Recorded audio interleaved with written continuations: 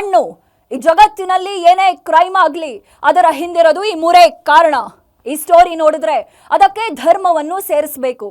ಅಪರಾಧ ಮಾಡುವಾಗ ಪಾಪಿಗಳ ಮನಸ್ಸಲ್ಲಿ ದುರಾಸೆ, ಮೋಹ, ಆಕ್ರೋಶ, ಕಾಮ ಹೀಗೆ ಏನಿರುತ್ತೋ ಏನೋ ಆಗಬಾರದ್ದು ಆಗಿ ಸಿಕ್ಕಿಬಿದ್ದ ಮೇಲೆ ಪ್ರತಿಯೊಬ್ಬ ಅಪರಾಧಿಗೂ ಅನಿಸೋದು, ಮನಸ್ಸಿನಲ್ಲಿ ಕಾಡೋ ಮೊದಲ ಮತ್ತು ಕೊನೆಯ ಪ್ರಶ್ನೆ ಒಂದೇ, ಇದೆಲ್ಲ ಬೇಕಿತ್ತ?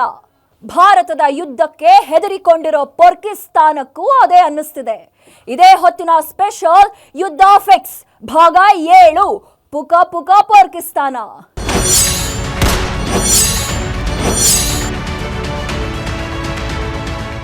ಪಾಪಿ ಪಾಕಿಸ್ತಾನಿಯರ ನರನಾಡಿಗೂ ನರುಕ ಶುರುವಾಗಿದೆ. ಕ್ಷಣ ಕ್ಷಣಕ್ಕೂ ಜೀವ ಭಯ ಕಾಡ್ತಿದೆ. ಸೇನಾಧಿಕಾರಿಗಳು, ರಾಜಕಾರಣಿಗಳು ಹಾಗೂ ಆ ರಾಕ್ಷಸ ಉಗ್ರರು ನಿದ್ದೆಯಲ್ಲೂ ಕಿಟಾ ಅಂತ ಕಿರ್ಚ್ಕೊಳ್ತಾ ಇದ್ದಾರೆ. ನಿಮ್ ದಮ್ಮಯ್ಯ ತಪ್ಪಾಯ್ತು ಬಿಟ್ಬಿಡಿ ಅಂತ ಕನ್ವರ್ಸ್ತಾ ಇದ್ದಾರೆ. ಪಹಲ್ಗಾಮ್ನ ರಕ್ತಕ್ಕೆ ಸೇಡು ತೀರಿಸ್ಕೊಳ್ಳೋಕೆ ಭಾರತ ರೆಡಿ ಆಗ್ತಿದ್ದಂತೆ ಪಾಕ್ ಪ್ರಧಾನಿಗೆ ಚಳಿ ಜ್ವರ ಶುರುವಾಗಿ ಆಸ್ಪತ್ರೆ ಬೆಡ್ ಸೇರಿದ್ದಾರೆ. ಹಾಗಾದ್ರೆ ಪಾಪಿಗಳನ್ನೆಲ್ಲ ಹುಟ್ಟಡಗಿಸೋಕೆ ಟೈಮ್ ಬಂದೇ ಬಿಡ್ತಾ? ಯುದ್ಧಕ್ಕೆ ಶಂಕನಾದ ಮೊಳಗಿಸಿದ್ರ ಪ್ರಧಾನಿ ಮೋದಿ. ರಣರಂಗಕ್ಕೆ ಎಂಟ್ರಿ ಕೊಡ್ತಾ ಭಾರತೀಯ ಸೇನೆ. ಇದೆಲ್ಲದಕ್ಕೂ ಉತ್ತರ ಇಲ್ಲಿದೆ ನೋಡಿ.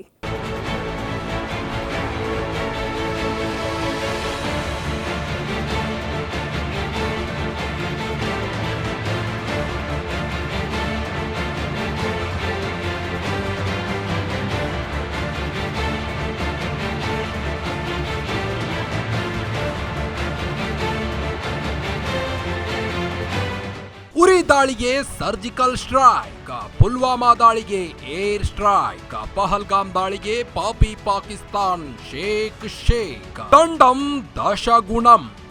ಇನ್ನೇನಿದ್ರು ದಂಡಂ ದಶಗುಣಂ. ಪಾಕಿಸ್ತಾನಕ್ಕೆ ದಂಡಂ ದಶಗುಣಂ.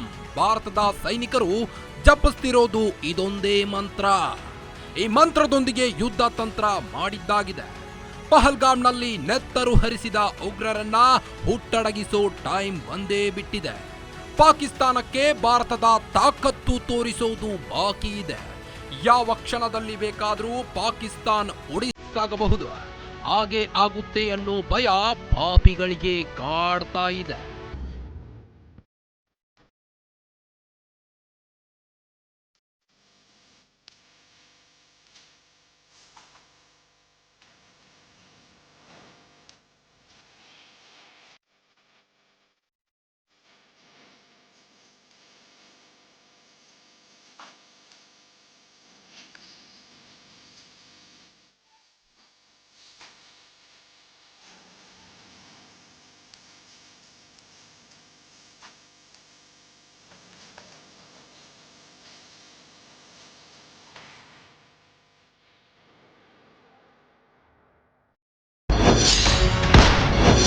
ಪಾಕ್ ಮೇಲೆ ಯುದ್ಧಕ್ಕೆ ಮೊಳಗಿತು ಶಂಕನಾದ.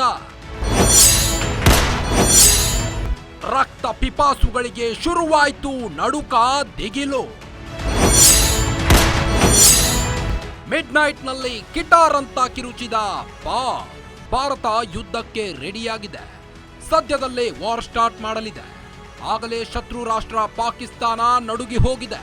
ಕ್ಷಣ ಕ್ಷಣಕ್ಕೂ ಭಯದಲ್ಲಿ ಒದ್ದಾಡ್ತಿದೆ. ಅದ್ಯಾವ ಮಟ್ಟಿಗೆ ಪಾಕ್ನ ಸೇನಾಧಿಕಾರಿಗಳು, ರಾಜಕಾರಣಿಗಳು, ಉಗ್ರರು ನಲುಗಿದ್ದಾರೆ ಅಂದ್ರೆ ನಿದ್ದೆಯಲ್ಲೂ ಬೆಚ್ಚಿ ಬೀಳ್ತಿದ್ದಾರೆ. ನಮ್ಮಿಂದ ತಪ್ಪಾಯ್ತು ಬಿಟ್ಬಿಡಿ ಅಂತ ಕನ್ವರ್ಸ್ತಿದ್ದಾರೆ. ನಾವೇನೇ ಮಾಡಿದ್ರೂ ಕಾಲಿಗೆ ಬಿದ್ದು ಬೇಡಿಕೊಂಡ್ರು ಭಾರತ ಬಿಡಲ್ಲ ಅಂತ ಚೆನ್ನಾಗಿ ಗೊತ್ತು. ನಮಗಿನ್ನೂ ಉಳಿಗಾಲ ಇಲ್ಲ ಅನ್ನೋದು ಗೊತ್ತು. ಯಾಕಂದ್ರೆ ಭಾರತ ಇದುವರೆಗೂ ಮಾಡಿದ್ದು ರಾಜತಾಂತ್ರಿಕ ಯುದ್ಧ. ಈಗ ಶುರುವಾಗ್ತಿರೋ ರಿಯಲ್ ವಾರ್. ನೆತ್ತರಿಗೆ ಪ್ರಧಾನಿ ಮೋದಿ ಪ್ರತಿಜ್ಞೆಯನ್ನ ಮಾಡಿದ್ದಾರೆ. ಪ್ರತೀಕಾರ ತೀರಿಸಿಕೊಳ್ಳದೆ ಬಿಡಲ್ಲ ಅಂತ ವಾರ್ನಿಂಗ್ ಕೊಟ್ಟಿದ್ದಾರೆ. ಮೋದಿ ಎಚ್ಚರಿಕೆಗೆ ಮೊದಲೇ ಬೆದರಿ ಬೆಂಡಾಗಿದ್ದ ಪಾಕ್ಗೆ ಮತ್ತೆ ಶಾಕ್ ಕೊಟ್ಟಿದ್ದಾರೆ. ರಕ್ಷಣಾ ಸಚಿವರು, ಆಂತರಿಕ ಭದ್ರತಾ ಸಲಹೆಗಾರ, 3 ಪಡೆಯ ಸೇನಾಧಿಕಾರಿಗಳೊಂದಿಗೆ ಮೋದಿ ಮೀಟಿಂಗ್ ಮೇಲೆ ಮೀಟಿಂಗ್ ನಡೆಸಿದ್ದಾರೆ. ಭಾರತದ ಸೈನಿಕರಿಗೆ ಫ್ರೀ ಹ್ಯಾಂಡ್ ನೀಡಿದ್ದಾರೆ. ನೀವು ಏನಾದರೂ ಮಾಡಿ, ಎಂತ ನಿರ್ಧಾರ ಬೇಕಾದರೂ ತಗೊಳ್ಳಿ, ಬಟ್ ಉಗ್ರರ ಸಮಾಧಿ ಕಟ್ಟದೆ ಬಿಡಬೇಡಿ ಅಂತ ಕಂಪ್ಲೀಟ್ ಫ್ರೀಡಂ ಕೊಟ್ಟಿದ್ದಾರೆ. ಪ್ರಧಾನಿ ಮೋದಿ ಮೀಟಿಂಗ್ ನಂತರ ಗಡಿಯಲ್ಲಿ ನಡೀತಿರೋ ಆಕ್ಟಿವಿಟೀಸ್, ಸೈನಿಕರ ಕಣ್ಣಲ್ಲಿರೋ ಬೆಂಕಿ, ಯುದ್ಧ ವಾಹನಗಳು, ವಿಮಾನಗಳು ಬಂದು ನಿಲ್ತಿರೋದು ನೋಡಿ ಇಡೀ ಪಾಕಿಸ್ತಾನವೇ ಹೆದರಿಕೊಂಡಿದೆ.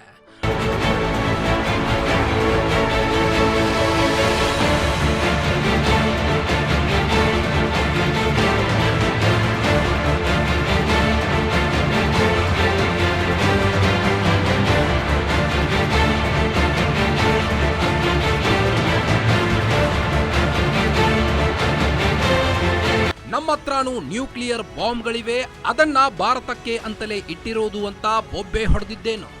ಭಾರತವನ್ನ ಹಿಮ್ಮೆಟ್ಟಿರೋ ತಾಕತ್ತು ನಮಗೂ ಇದೆ ಅಂತ ಬೊಗಳೆ ಬಿಟ್ಟಿದ್ದೇನು? ಪಾಕ್ ಪ್ರಧಾನಿ ಶಹಬಾಜ್ ಶರೀಫ್, ಮಿನಿಸ್ಟರ್ಗಳು, ಸೇನಾಧಿಕಾರಿಗಳೆಲ್ಲ ತಮಗೆ ತಾವೇ ಬಿಲ್ಡಪ್ ತೆಗೆದುಕೊಂಡ್ರು. ಭಾರತದಲ್ಲಿ ನಡೀತಿರೋದನ್ನ ನೋಡಿ ಪಾಕಿಗಳು ಹೆದರಿಕೊಂಡಿದ್ದಾರೆ. ರಾತ್ರಿಯೆಲ್ಲ ನಿದ್ದೇನೂ ಮಾಡದ ಪಾಕ್ ಮಿನಿಸ್ಟರ್ಗಳು ಏಕಾಏಕಿ ಮಿಡ್ ನೈಟ್ನಲ್ಲಿ ಪ್ರೆಸ್ ಮೀಟ್ ನಡೆಸಿದ್ದಾರೆ. 36 ಗಂಟೆಯಲ್ಲೇ ಅಟ್ಯಾಕ್ ಮಾಡುತ್ತೆ ಭಾರತ. ಹೆದರಿ ಬೊಬ್ಬೆ ಹೊಡೆದ ಪಾಕಿಸ್ತಾನದ ಸಚಿವ. ಜಸ್ಟ್ 24ರಿಂದ 36 ಗಂಟೆಯಲ್ಲೇ ಯುದ್ಧವಾಗುತ್ತೆ. ಯುದ್ಧೋನ್ಮಾನದಲ್ಲಿರುವ ಭಾರತ ಅಟ್ಯಾಕ್ ಮಾಡುತ್ತೆ. ಹೀಗಂತ ಹೆದರಿಕೊಂಡು ಹೇಳಿದ್ದು ಪಾಕ್ನ ಮಾಹಿತಿ ಇಲಾಖೆಯ ಸಚಿವ ಅತಾವುಲ್ ತರಾರ್. ಪ್ರಧಾನಿ ಮೋದಿ ಸೈನಿಕರಿಗೆ ಫುಲ್ ಫ್ರೀಡಂ ಕೊಡ್ತಿದ್ದಂತೆ ಪಾಕ್ ಸರ್ಕಾರ ಹೆದರಿಕೊಂಡಿದೆ. ಹೀಗಾಗಿ ಮಿಡ್ ನೈಟ್ ನಲ್ಲಿ ಸಚಿವ ಅತಾವುಲ್ ತರಾರ್ ಸುದ್ದಿಗೋಷ್ಠಿ ನಡೆಸಿ ಬೊಬ್ಬೆ ಹೊಡೆದಿದ್ದಾನೆ. ಅದೇನು ಹೇಳಿದ್ದಾನೆ ಅಂತ ನೀವೇ ನೋಡಿ. Pakistan has credible intelligence that India intends carrying out military action against Pakistan in the next 24 to 36 hours on the pretext of baseless and concocted allegations of involvement in the Pahalgam incident. Indian self-assumed hubristic role of judge, jury, and executioner in the region is reckless and vehemently rejected. ನಮಗೆ ಗುಪ್ತಚರ ಇಲಾಖೆಯಿಂದ ಮಾಹಿತಿ ಬಂದಿದೆ. ಭಾರತ 24ರಿಂದ 36 ಗಂಟೆಗಳಲ್ಲಿ ಪಾಕ್ ವಿರುದ್ಧ military ಕ್ರಮ ತೆಗೆದುಕೊಳ್ಳುವುದಕ್ಕೆ Bharat plan ಮಾಡಿದೆ ಅಂತ ಪಾಕ್ ಸಚಿವ ಹೇಳಿದ್ದಾರೆ. ಭಾರತ ಯಾವುದೇ ರೀತಿ ದಾಳಿ ನಡೆಸಿದರೂ ಪಾಕ್ ಅದಕ್ಕೆ ಪ್ರತಿಯುತ್ತರ ನೀಡುತ್ತೆ ಅಂತ ಹೇಳಿದ್ದಾರೆ. ಆದರೆ ಒಳಗೆ ಭಯ ಕಾಡ್ತಿದೆ. ಭಾರತದ ಅಟ್ಯಾಕ್ ಹೇಗಿರುತ್ತೆ, ಫಿಕ್ಸ್ ಮಾಡಿರೋ ಟಾರ್ಗೆಟ್ ಯಾವುದು ಅಂತ ಗೊತ್ತಾಗದೆ ಭೀತಿಯ ಬೆಂಕಿಯಲ್ಲಿ ಬೆಂದು ಹೋಗ್ತಿದ್ದಾರೆ. ಇದೇ ಕಾರಣಕ್ಕೆ ರಾತ್ರಿಯೆಲ್ಲ ನಿದ್ದೆ ಮಾಡದೆ ಮಿಡ್ ನೈಟ್ ನಲ್ಲಿ ಸುದ್ದಿಗೋಷ್ಠಿ ನಡೆಸಿದ್ದಾರೆ.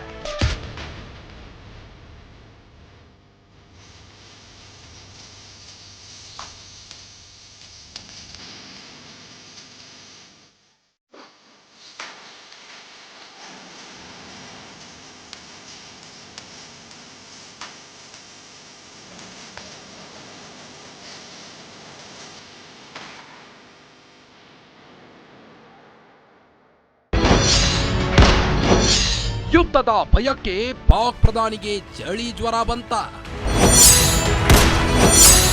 ದಿಢೀರಂತ ಆಸ್ಪತ್ರೆ ಸೇರಿದ್ಯಾಕೆ, ಅಂತದ್ದೇನಾಯ್ತು? ಇಡೀ ಜಗತ್ತಿಗೆ ಪಾಕಿಗಳೇ ಹೇಳ್ತಿದ್ದಾರೆ.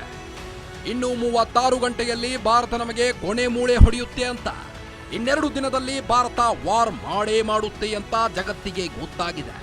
ಈಗಾಗಲೇ ಪ್ರಧಾನಿ ಮೋದಿ ಕೊಟ್ಟಿರೋ ರಾಜತಾಂತ್ರಿಕ ಆಘಾತಕ್ಕೆ ಪಾಕ್ ಪ್ರಧಾನಿಗೆ ಎದೆನೋವು ಶುರುವಾಗಿದೆ. ಇದೀಗ ಭಾರತೀಯ ಸೈನಿಕರಿಗೆ ಫ್ರೀ ಹ್ಯಾಂಡ್ ಕೊಟ್ಟಿರೋದು ಹಾಗೂ ಯುದ್ಧಕ್ಕೆ ರೆಡಿಯಾಗ್ತಿರೋದು ನೋಡಿ ಪಾಕ್ ಪ್ರಧಾನಿ ಶಹಬಾಜ್ ಶರೀಫ್ನ ಅಂಗಾಂಗಗಳೆಲ್ಲ ಅದೂರಿ ಹೋಗಿವೆ.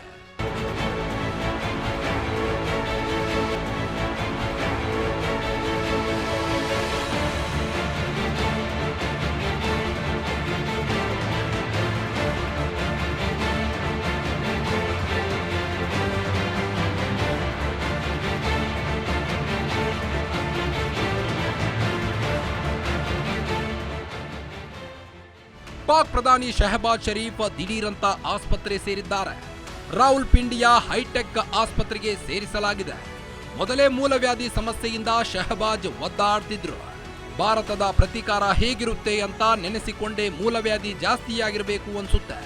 ಅದಕ್ಕೆ ಆರೋಗ್ಯದಲ್ಲಿ ಅಲ್ಲೋಲ ಕಲ್ಲೋಲವಾಗಿದೆ. ಅದಕ್ಕೆ ದಿಢೀರಂತ ಆಸ್ಪತ್ರೆಗೆ ಸೇರ್ಕೊಂಡು ಚಿಕಿತ್ಸೆಯನ್ನ ತೆಗೆದುಕೊಳ್ತಿದ್ದಾರೆ. ನಿಜವಾಗ್ಲೂ ಏನಾಗಿದೆ, ಮೂಲವ್ಯಾಧಿ ಒಂದೇನಾ ಅಂತ ಗೊತ್ತಾಗ್ತಿಲ್ಲ. ಆದರೆ ಭಾರತದ ದಾಳಿಗೆ ಹೆದರಿಕೊಂಡು ಚಳಿ ಜ್ವರ ಬರಿಸಿಕೊಂಡಂತೆ ಕಾಣ್ತಿದೆ.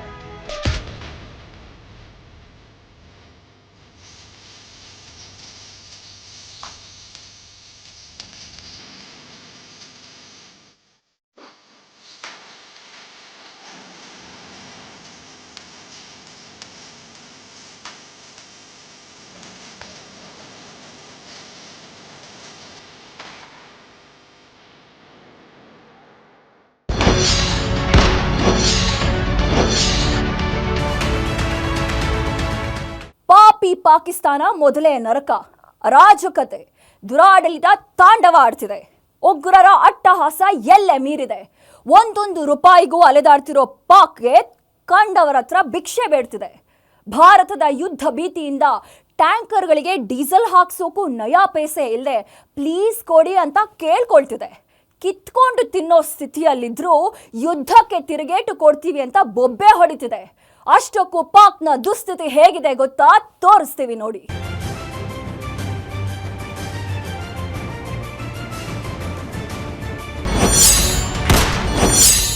ಅರಾಜಕತೆ, ದುರಾಡಳಿತ, ಬಿಕಾರಿಯಾದ ಪಾಕ್. ಪ್ಲೀಸ್ ಹಣ ಕೊಡಿ. ಚೀನಾಗೆ ಮತ್ತೆ ಪಾಕಿಸ್ತಾನ್ ಭಿಕ್ಷೆ. ಮಾಡಿದ್ದುಣ್ಣೋ ಮಾರಾಯ. ಚೀನಾ ಜೊತೆ ಅಹಂಕಾರದಲ್ಲಿ ಮೆರೆದ ಪಾಪಿ ಪಾಕಿಸ್ತಾನಕ್ಕೆ ದುರ್ಗತಿ ಬಂದ್ಬಿಟ್ಟಿದೆ. ಜಗತ್ತಿಗೆ ಮಾರಕ ಉಗ್ರರನ್ನ ಘೋಷಣೆ ಮಾಡಿದ್ದಕ್ಕೆ ಸರಿಯಾದ ಫಲ ಸಿಕ್ಕಿದೆ. ಉಗ್ರರ ಸ್ವರ್ಗದ ನಾಡು ಅಕ್ಷರಶಃ ನರಕವಾಗಿದೆ. ಹಿಂದೆಂದೂ ಕಂಡು ಕೇಳರಿಯದ ರೀತಿಯಲ್ಲಿ ಕಂಗೆಟ್ಟು ಹೋಗಿದೆ.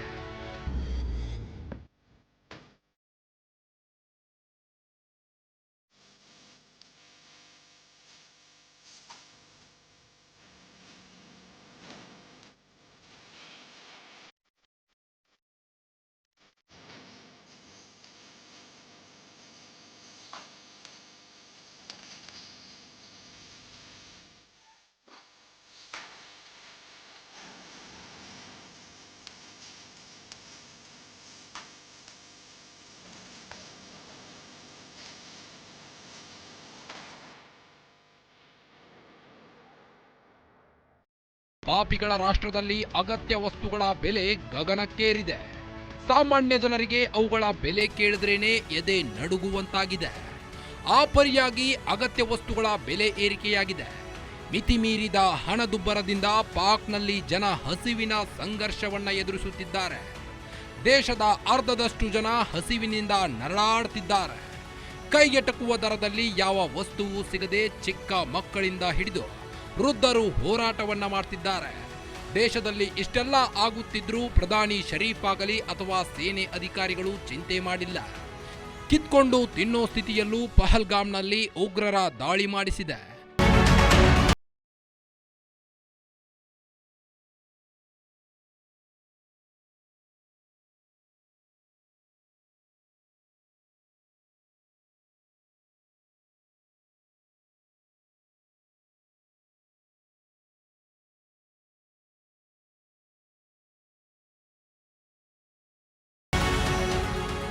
ಪಾಕ್ನಲ್ಲಿ 1 ಕೋಟಿ ಜನರು ಹಸಿವಿನಿಂದ ಒದ್ದಾಡ್ತಾರೆ.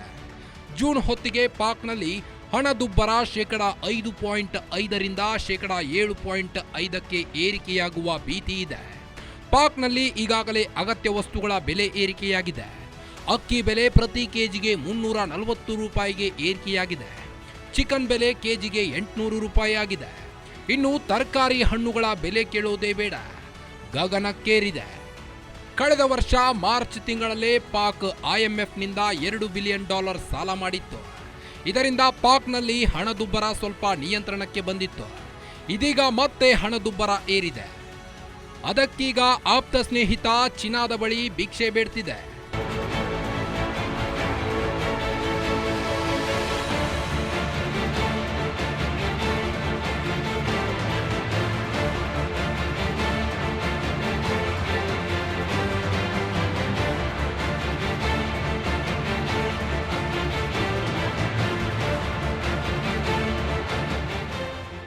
ಪಾಕಿಸ್ತಾನದ ಹಣಕಾಸು ಸಚಿವ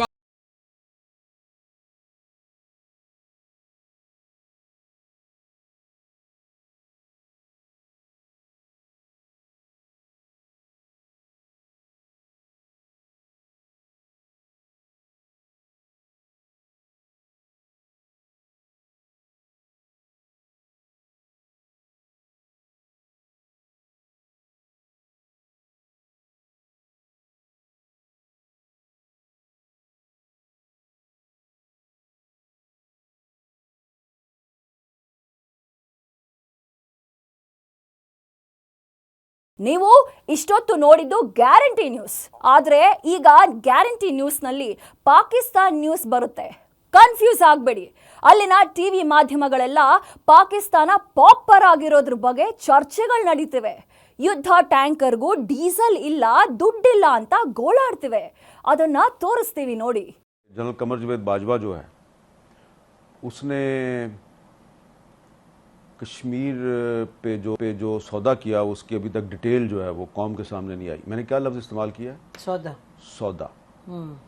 ये जो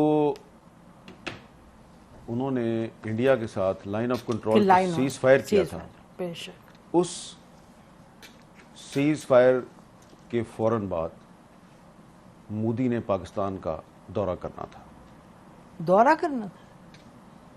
ठीक है, तो उसके बाद फॉरेन ऑफिस जो है उसमें बाजवा साहब आ गए अपना पूरा लॉ लश्कर लेके, उनको लेक्चर दिया. याद है ना क्या लेक्चर था? टैंक चलने के काबिल नहीं है, तो आप कह रहे हैं की मूवमेंट के लिए मेरे पास डीजल नहीं है. ठीक है जी, इस तरह की बातें की थी. 20-25 सहाफियों को सामने बिठा के आप उनको कह रहे हैं कि पाकिस्तान आर्मी लड़ने के काबिल. इसका मतलब ऑडिटोरियम जहां पे वो कोर कमांडर्स कॉन्फ्रेंस होती है वहां बैठ के आर्मी चीफ हमें एक कहानी सुना रहा है कि जी फौज इंडिया से लड़ने के काबिल नहीं, लिहाजा हम सुलह. ಕೇಳಿದ್ರಲ್ಲ, ಇದನ್ನೇ ಕೇಳಿ ನಗಬೇಕೋ ಅಳಬೇಕೋ ಗೊತ್ತಾಗ್ತಿಲ್ಲ. ಅದೇನೋ ಹೇಳ್ತಾರೆ, ಹೊಟ್ಟೆಗೆ ಹಿಟ್ಟಿಲ್ಲ ಅಂದ್ರೂ ಜುಟ್ಟಿಗೆ ಮಲ್ಗೆ ಹೂವು ಬೇಕು ಅಂತ. ಹಾಗಾಗಿದೆ ನೋಡಿ ಪಾಕಿಸ್ತಾನ್ ಪರಿಸ್ಥಿತಿ.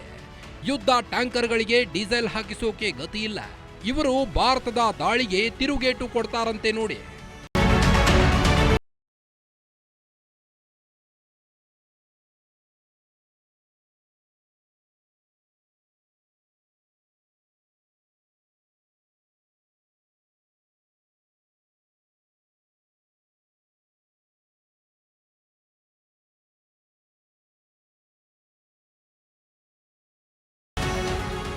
ಅಂದಾಗೆ ಈ ಮಾತು ಹೇಳಿರುವುದು ಪಾಕಿಸ್ತಾನದ ಹಿರಿಯ ಪತ್ರಕರ್ತ ಅಮೀದ್ ಮಿರ್. ಒಂದು ಸಂದರ್ಶನದಲ್ಲಿ ತಮ್ಮ ದೇಶದ ದುಸ್ಥಿತಿಯನ್ನ ಬಿಚ್ಚಿಟ್ಟಿದ್ದಾರೆ. ಪಾಕಿಸ್ತಾನದ ಆರ್ಮಿ ಇಂಡಿಯಾ ವಿರುದ್ಧ ಯುದ್ಧ ಮಾಡೋಕೆ ಆಗಲ್ಲ, ನಮ್ಮ ಯುದ್ಧ ಟ್ಯಾಂಕರ್ಗಳು ಚಲಿಸಲ್ಲ, ಯಾಕಂದ್ರೆ ಅದಕ್ಕೆ ಡೀಸೆಲ್ ಹಾಕಿಸೋಕು ಪಾಕ್ ಸರ್ಕಾರದ ಬಳಿ ದುಡ್ಡಿಲ್ಲ. ಹೀಗಾಗಿ ನಾವು ಭಾರತದ ವಿರುದ್ಧ ಹೋರಾಡೋಕೆ ಶಕ್ತಿ ಇಲ್ಲ ಅಂತ ಹೇಳಿಕೊಂಡಿದ್ದಾರೆ. ಪಾಕ್ ಅದ್ಯಾವ ಮಟ್ಟಿಗೆ ಪಾಪರ್ ಆಗೋಗಿದೆ ಅನ್ನೋದಕ್ಕೆ ಇದಕ್ಕಿಂತ ಸಾಕ್ಷಿ ಬೇಕಾ?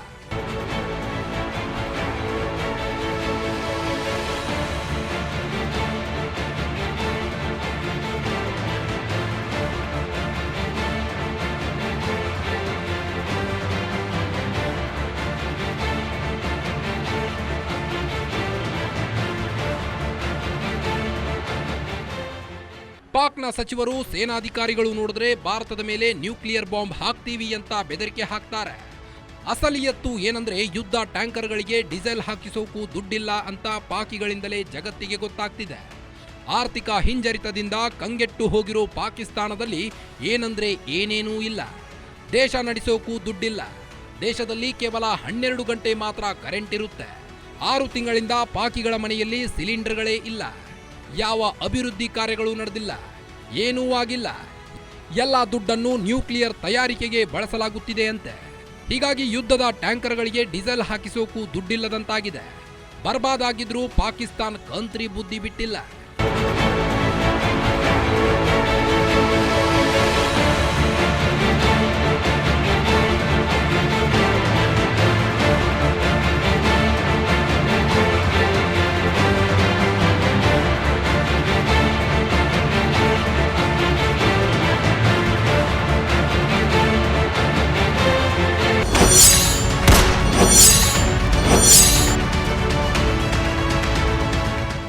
ಉರಿ ದಾಳಿಗೆ ಸರ್ಜಿಕಲ್ ಸ್ಟ್ರೈಕ್. ಪುಲ್ವಾಮಾ ದಾಳಿಗೆ ಏರ್ ಸ್ಟ್ರೈಕ್ ನಡೆಸಿ ಭಾರತ ಪ್ರತೀಕಾರ ತೀರಿಸಿಕೊಂಡಿತ್ತು. ಪಹಲ್ಗಾಮ್ ದಾಳಿಗೂ ಭಾರತ ಪ್ರತೀಕಾರ ತೀರಿಸಿಕೊಳ್ಳೋದು 100% ಗ್ಯಾರಂಟಿ. ಆದರೆ ಭಾರತ ಯಾವ ರೀತಿ ಸೇನೆ ಕಾರ್ಯಾಚರಣೆ ನಡೆಸುತ್ತೆ, ಮೋದಿ ಸರ್ಕಾರ ಪಾಕಿಸ್ತಾನಕ್ಕೆ ಹೇಗೆ ಬಿಸಿ ಮುಟ್ಟಿಸುತ್ತೆ ಅಂತ ಜಗತ್ತೇ ಕಾಯ್ತಿದೆ. ಟಾರ್ಗೆಟ್ ಏನೋ ಫಿಕ್ಸ್ ಆಗಿದೆ. ಸದ್ಯದಲ್ಲಿ ಪಾಕ್ ಮೇಲೆ ಯುದ್ಧ ಫಿಕ್ಸ್ ಆಯ್ತು. ಟಾರ್ಗೆಟ್ ಪಾಕ್ ಮೇಲೆ ಯುದ್ಧ ಮಾಡಲೇಬೇಕು ಅಂತ 140 ಕೋಟಿ ಜನರು ಒತ್ತಾಯ. ಯುದ್ಧದಿಂದಲೇ ಪ್ರತೀಕಾರ ತೀರಿಸಿಕೊಳ್ಬೇಕು ಅಂತ ಆಗ್ರಹ ಮಾಡ್ತಿದ್ದಾರೆ. ಇಡೀ ಭಾರತೀಯರು ಸಂತೋಷ ಪಡುವ ಕಾಲ ಹತ್ತಿರವಾಗ್ತಿದೆ. ಪಾಕಿಸ್ತಾನದ ಕತೆ ಮುಗಿಸುವ ಹಂತಕ್ಕೆ ಭಾರತೀಯ ಸೇನೆ ಡಿಸೈಡ್ ಮಾಡಿದೆ. ಇನ್ನೇನಿದ್ರೂ ಭಾರತೀಯ ಸೇನೆಯ ಕೈಯಲ್ಲಿ ಪಾಕಿಸ್ತಾನದ ಭವಿಷ್ಯ ಅಡಗಿದೆ. ಅದಕ್ಕೆ ಕಾರಣ ಪ್ರಧಾನಿ ನರೇಂದ್ರ ಮೋದಿ ಜೊತೆ ನಡೆದ ಮಹತ್ವದ ಮೀಟಿಂಗ್. ಹೌದು, ಪ್ರಧಾನಿ ನರೇಂದ್ರ ಮೋದಿ ಹೈ ವೋಲ್ಟೇಜ್ ಮೀಟಿಂಗ್ಗಳನ್ನ ನಡೆಸಿದ್ದಾರೆ. 3 ವಿಭಾಗಗಳ ಸೇನಾ ಮುಖ್ಯಸ್ಥರ ಜೊತೆ ಮಹತ್ವದ ಚರ್ಚೆ ನಡೆಸಿದ್ದಾರೆ. ಪಾಕ್ ಮೇಲೆ ಯುದ್ಧ ಮಾಡಬೇಕೋ ಬೇಡವೋ, ಹೇಗೆ, ಎಲ್ಲಿ, ಯಾವಾಗ ಅಂತ ಮಾತುಕತೆಯನ್ನ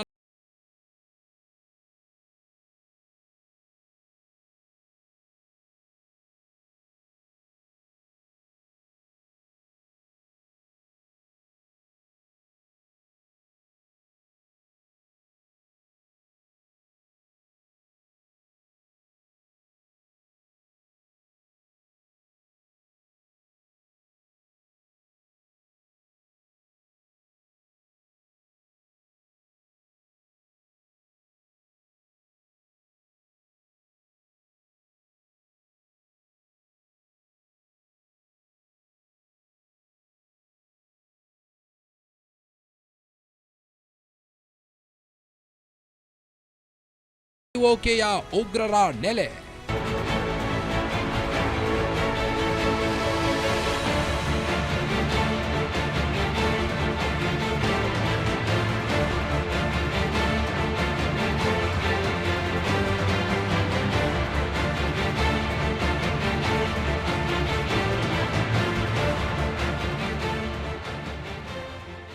ಭಾರತೀಯ ಸೇನೆಯ ಮೊದಲ ಟಾರ್ಗೆಟ್ POKಯಲ್ಲಿ ಅಡಗಿರೋ ಉಗ್ರರು.